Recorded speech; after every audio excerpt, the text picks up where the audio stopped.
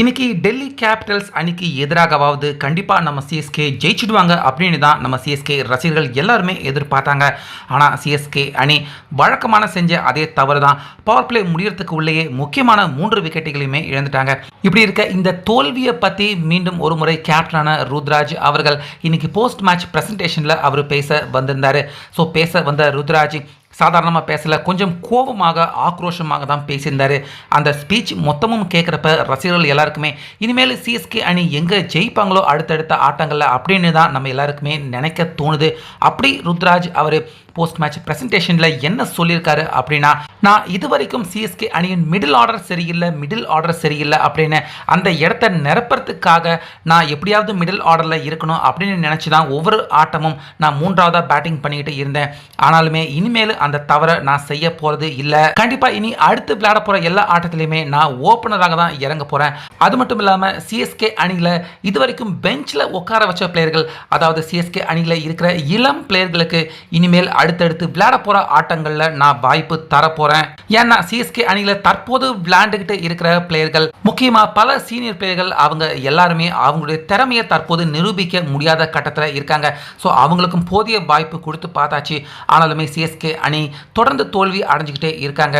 So தோல்வி அடைகிறோமோ வெற்றி அடைகிறோமோ, இனி அடுத்த ஆட்டங்களில் சிஎஸ்கே அணியில் வாய்ப்புக்காக காத்துக்கிட்டு இருக்க பிளேயர்களுக்கு தான் இனி அடுத்த வாய்ப்பு. நானும் என்னுடைய மகாராஷ்டிரா அணிக்காக பல வருடங்களாக கேப்டனாக இருந்திருக்கேன். ஆனால் இப்படி மோசமான ஒரு கேப்டனாக அந்த அணியில் நான் எப்பயும் செயல்பட்டதில்லை. தொடர்ந்து இப்படி 3 ஆட்டங்கள் கூட என்னுடைய கேப்டன்சியில் நான் தோல்வி அடைஞ்சது கிடையாது என்னுடைய மகாராஷ்டிரா அணிக்காக.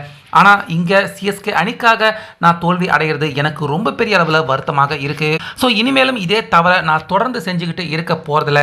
சிஎஸ்கே அணியில் ட்ரெஸ்ஸிங் ரூம்லேயும் பெவிலியன்லேயும் சும்மா உட்காந்துக்கிட்டு இருக்க சிஎஸ்கே அணியின் இளம் பிளேயர்களுக்கு மிடில் ஆர்டர், அதே போல் முக்கியமான போலிங் செக்ஷன் அவங்க எல்லாருக்குமே தரப்போகிறேன். இனி வரப்போகிற ஆட்டங்களில் சிஎஸ்கே அணி ஜெயிச்சாலும் பரவாயில்ல, தோத்தாலும் பரவாயில்ல, இதுதான் என்னுடைய முடிவாக ஒரு கேப்டனாக இந்த இடத்துல இருந்து நான் எடுக்க இருக்கேன் அப்படின்னு ஒரு துணிச்சலான முடிவை தற்போது ருத்ராஜ் அவர் எடுத்திருக்காரு.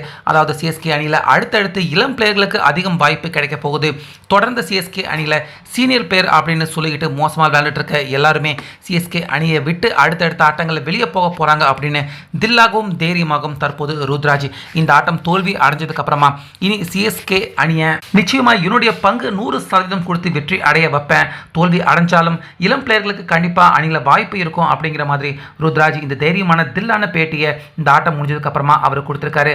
ஸோ ருத்ராஜ் அவருடைய இந்த ஸ்பீச் கண்டிப்பாக நம்ம தோனி அவரை ரொம்ப பெரிய அளவில் ஆச்சரியமும் அதிர்ச்சியும் அடைய வச்சிருக்கோம்.